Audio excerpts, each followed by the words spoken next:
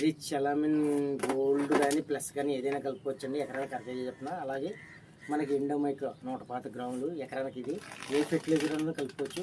దీనివల్ల ఉపయోగం ఏంటంటే ఏరు వ్యవస్థ పెరగడానికి, అలాగే దుబ్బు కుళ్ళిపోకుండా ఉండడానికి, భూమిలో ఉన్న భాస్వరాన్ని తీసుకురావడానికి, ఏదైనా మిగిలిపోయిన భాస్వరాన్ని తీసుకురావడానికి. ఇందులో 9,20,000 స్పామ్స్ ఉంటాయండి.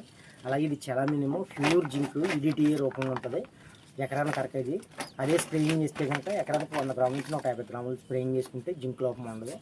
ఇది ఎలాంటి చౌడు నెలలైనా చౌడుని ఎడగొడటానికి గట్రా బాగా ఉపయోగపడుతుంది. దుబ్బు బాగా చేస్తుంది. Okay, thank you.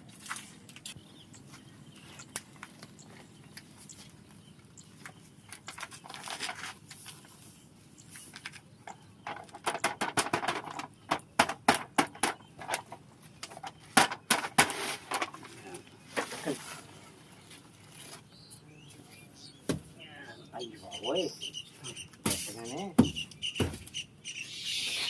బలం నెట్టుగా ఇలాగంటే యూరియా 65 పైన వేద్దాం. ఇంకో బట్ట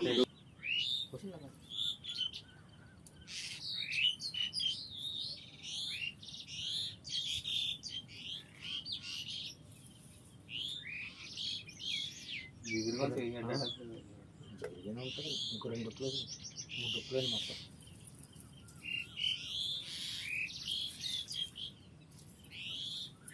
ఇంకోటి